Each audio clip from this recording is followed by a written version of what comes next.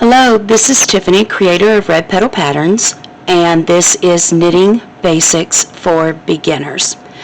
I have spoken in the past about twisted stitches and front loops and back loops and a lot of terminology, and I now want to explain that just a little bit further.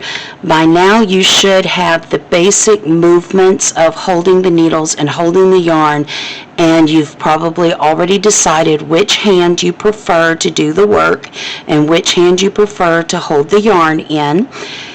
And you now need to really start paying attention to which direction your stitches lay. This is completely dependent upon whether you yarn over or yarn under when you make a stitch. Again, there is no correct way to yarn over or yarn under. It is completely what is comfortable for you. But it will result in your stitches sitting differently depending on which one you do, and that will determine how you create your next stitch, be it knit or purl. So when we talk about loops on knitting needles, you'll hear front loop or back loop, and all that means is the legs of the stitch. I always call them legs. It's like a little man sitting on a horse, and those are his two legs. And you will have one in the front and one in the back. And all that means is one of those legs is on your side of the needle, and one of those legs is on the other side of the needle. And that's all the front and back mean. How you twist your yarn, how you wrap your yarn when you're making a stitch will determine how that stitch sits on your needle when you come back to it on the next round or row. So when we say front loop, that would be this loop. This is the front loop on both of these examples. This is the back loop on both of these examples. But you can see that this stitch faces this direction, and this stitch faces this direction. So you would need to work on this leg. It is the leg that is going first in both cases. So if you were purling, you would go in from the back and catch that leg. You would go in from the back and catch this leg. You would sweep it behind the knee in both cases. If you were knitting it, you would go from the front to the back away from you, from the front to the back away from you, still catching that leg behind the knee, and then making your stitch. The only difference is which way you wound your yarn when you made the previous stitch. And now I'm going to show you a few differences. You can wind your yarn in either direction. So I have already shown you this, that you can take your yarn over, or this would be under your needle or over your needle. And the same if you were purling. You could take it under your needle or over your needle. And that just looks like this. You come either up from the top and go down between the needles, or you come up from the bottom and go between your needles. If you come up from the bottom and go between your needles, that is called yarning under. If you go up from the top in between your needles, that is yarning over.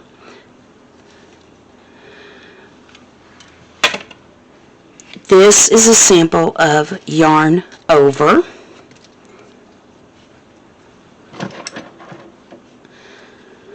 So in this case, all of the stitches are done by inserting the needle and going over the needle and between the needles to make the stitch all the way across.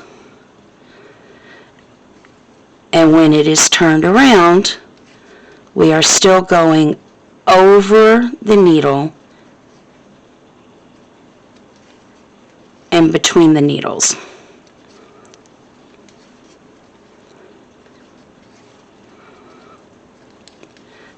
Sweeping the leg that wants to go first, going from back to front to make a purl with the yarn in front, over, so over the needle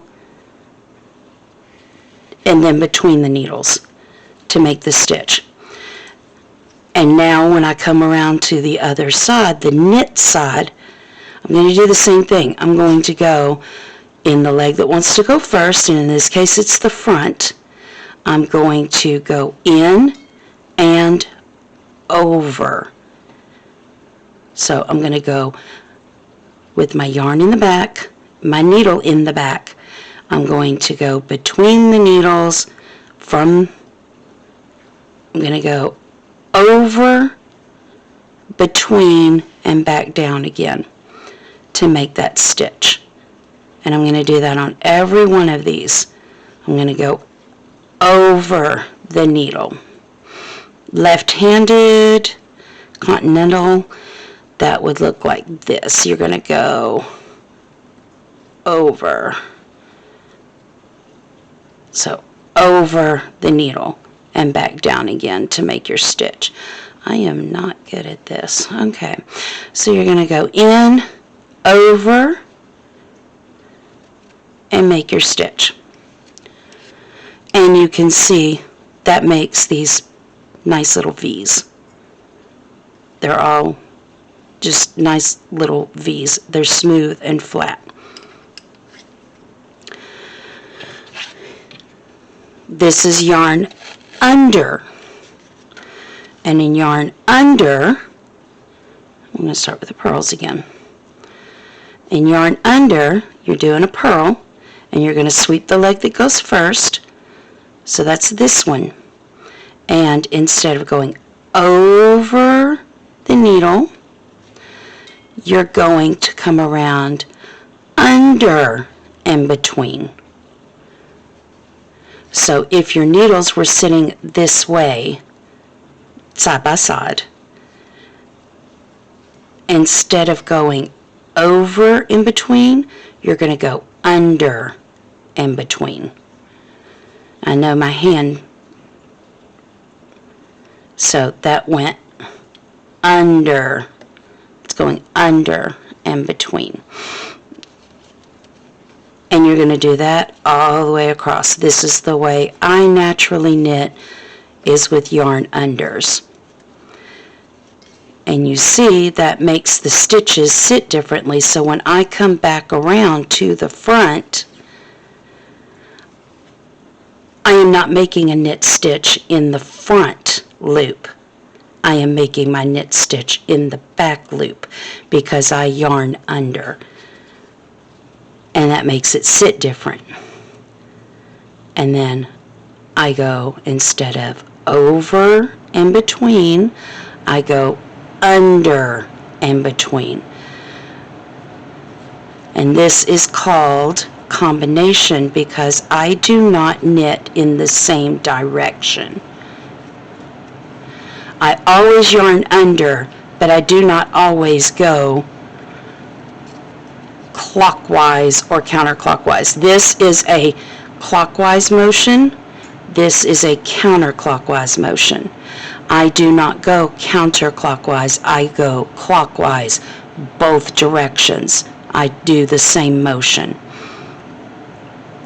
And you can see again, these are nice, smooth, even V's. And they make actual V's.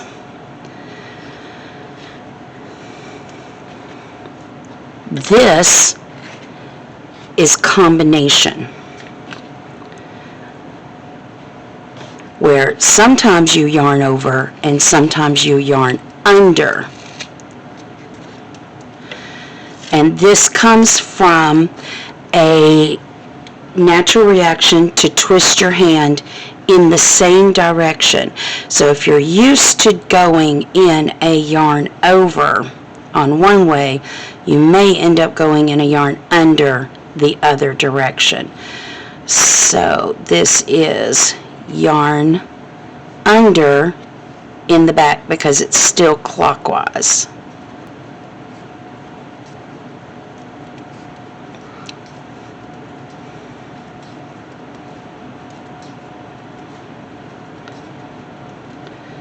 And I understand I used the same word for both, combination, but that means you either yarn under and yarn over depending on which side you're on, or you clockwise, counterclockwise. I always go counterclockwise when I'm knitting and clockwise when I'm purling. I think I told you different a minute ago. But if you yarn under when you purl, let me show you one more time. So if you yarn under when you purl, you are moving in a clockwise position.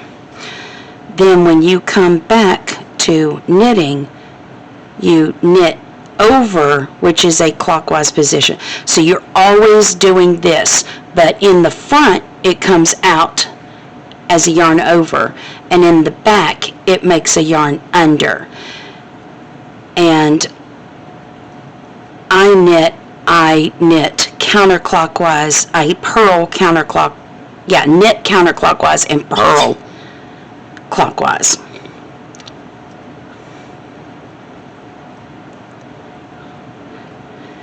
And that can happen because it's more comfortable to always make the same movement, or the same movement this way.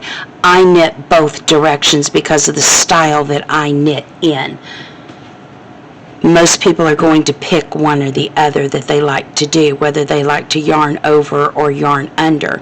Some people will do both. If you do that, that is still just as valid. If you yarn over or under, as long as you know which direction your yarn sits.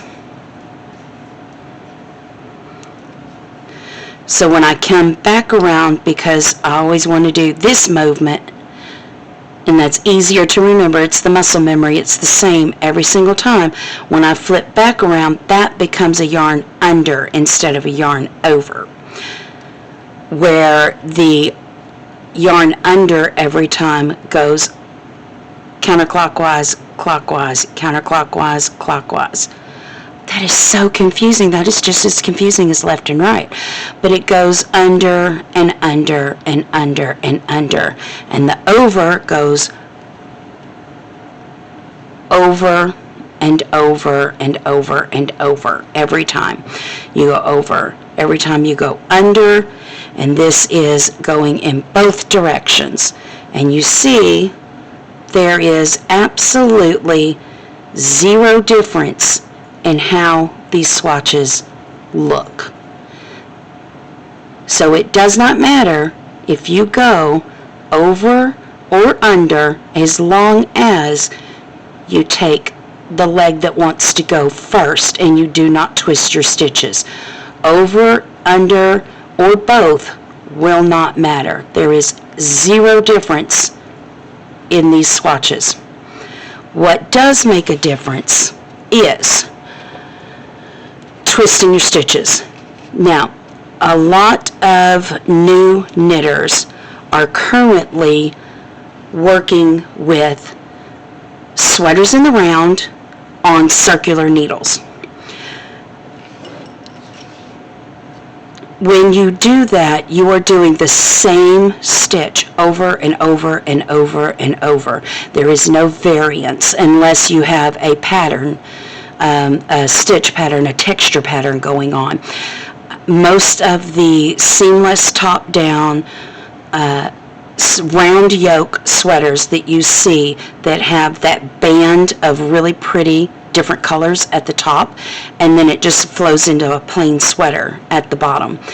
Those are generally done in one big circle on what is called circular needles, and it requires just the one movement over and over and over. There's no variation, there's no moving things around, there's no getting to the end and turning it around and coming back the other way.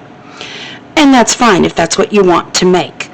But when you learn on circular needles on a knit piece that does not, a stockinette piece, let me use the proper words, that does not have the different textures in it, you end up not realizing that your stitches are going to sit differently and you're not going to use the same leg when you turn it around.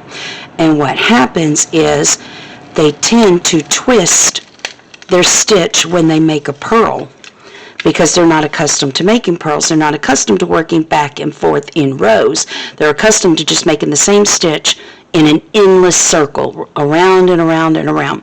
And their muscle memory kicks in and they don't realize that they have twisted their stitches.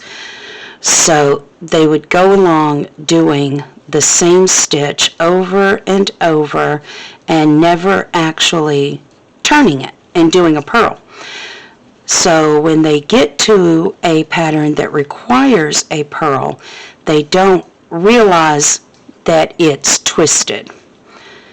And what that would look like is I just did all the way across in my knit, and when I came across to my purl, they would end up going in that same stitch and doing their purl and twisting it. And this is exhausting to work into twisted stitches. And this is going to be a very subtle difference, but I want you to see what this looks like so that you'll be able to spot it and know that it's happening. This is a very subtle cording going on here. You can tell that it's got cords in it instead of smooth V's. They're slightly ridged when you look at the texture of it versus a regular knit piece. It doesn't have the same cording to it. It's a very subtle difference, but this will be very supple and very smooth and make very definite V's that all go in the same direction.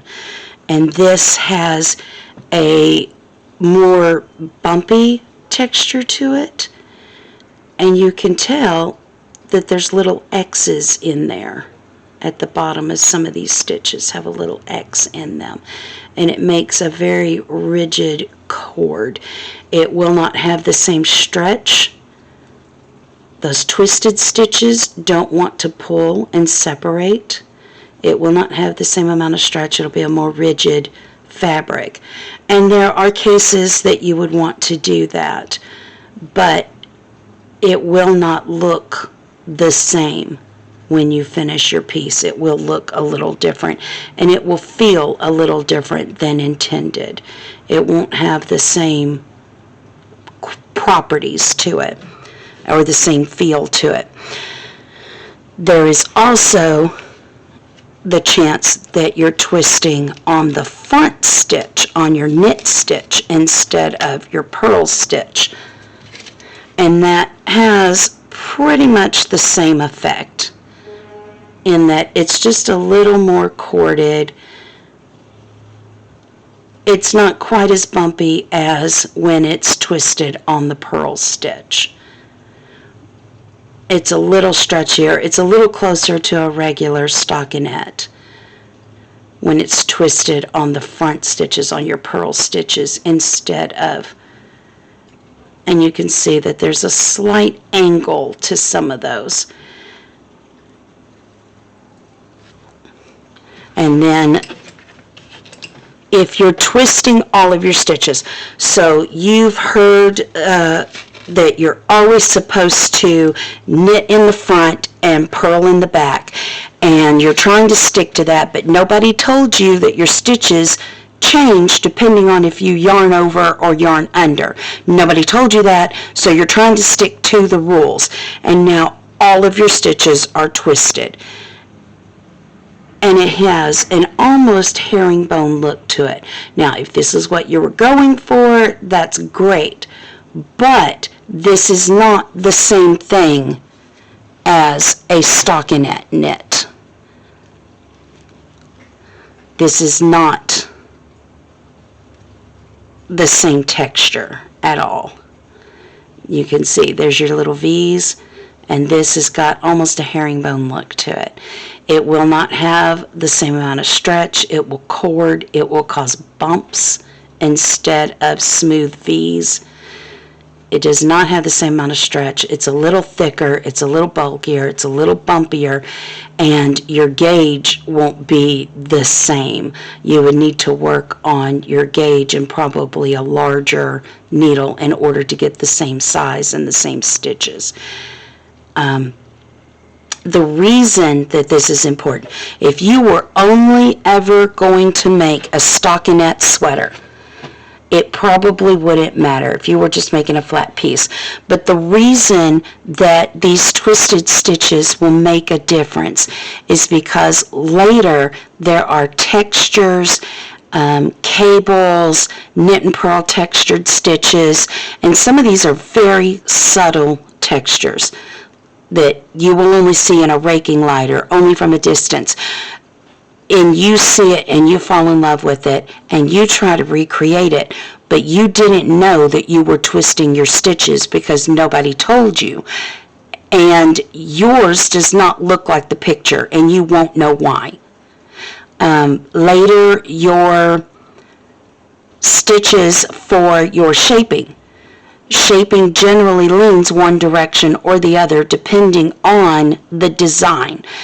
And yours will not look that way because you will have twisted your stitches and they won't lay the way they're supposed to lay. These are problems that will come from twisted stitches. So it is not that you're doing it wrong. It is that you don't realize that your stitches are twisted. So if it's calling for twisted stitches and you don't twist them because you're doing them differently than the way you normally do, it's not going to look as intended. And later you're going to limit yourself when it comes to those textures and those cables and textures and lace. You will end up limiting yourself on what you can achieve and get frustrated because it will not look like the picture. It is not wrong, it will just not be as intended, and you won't know why. So that is the difference between twisted and untwisted stitches, and whether you're twisting the knits or you're twisting the purls, and what difference in how you knit makes the difference in how your stitches will sit. And I hope that cleared up the mystery of twisted stitches for you. And I will see you next time. Bye.